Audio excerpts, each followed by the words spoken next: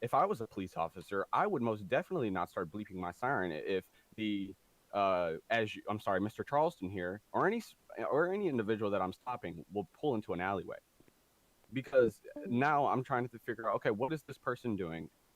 Is this situation going to turn out the way it did, or is it going to turn out a different way?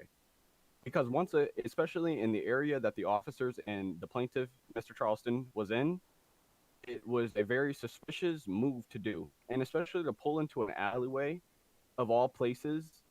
Yeah, and Your Honor, if the plaintiff did have reason to believe that they was a fake cop, why would he pull into an alleyway where no one can see? Why wouldn't he be in a public area where there were visible, not just the two police officers in a dark alleyway with a possible fake BB gun? Because even though I don't have any report on Mr. Charleston's vehicle being searched, but if Mr. Charleston's vehicle was searched, I have no way to prove, and he also has no way to prove that there was or not a firearm in the vehicle or any other weapon that could be used to harm these officers. Also, wearing something that is face covering while aiming a firearm, it's just ridiculous.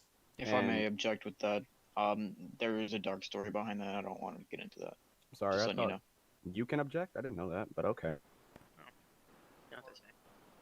All right. I also have another video footage from the vehicle itself, in which a Lssd deputy known as R. Scarf says something pretty disturbing, such as, I would just let you see the video so I do not have to say it myself.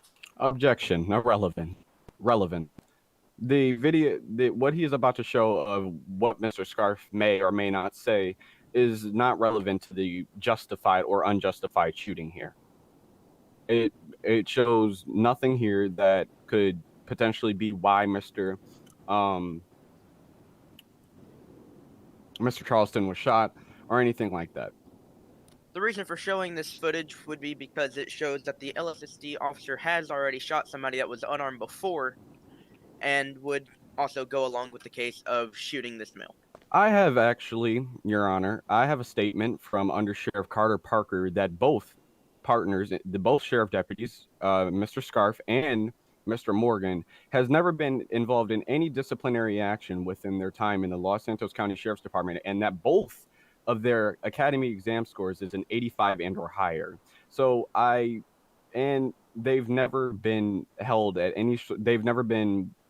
for any hostility in the line of duty or attitude or anything of that nature. So Your Honor, this could be within a joke between both partners, even though it's a wrong place and the wrong time. I don't see why this would be necessary. Just because disciplinary action has not been taking place does not mean that it has not happened before. In which case, I would like to show the video footage. Mr. Brown, do you consider somebody armed with a firearm, whether real or fake, to be armed or unarmed? They would be armed. Okay. Your Honor, once again, relevance. You are stating that he was unarmed, correct? This whole thing that he was armed with a fake gun, Your Honor. Objection. It's Your Honor, it's really irrelevant.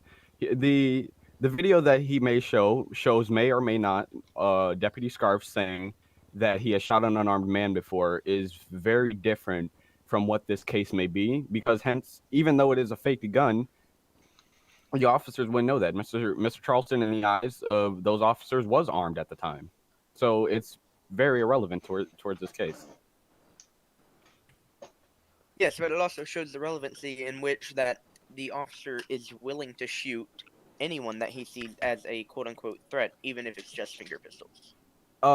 I'm sure that anyone that is a threat to law enforcement or to civilians would be immediately, I wouldn't say shot, but some sort of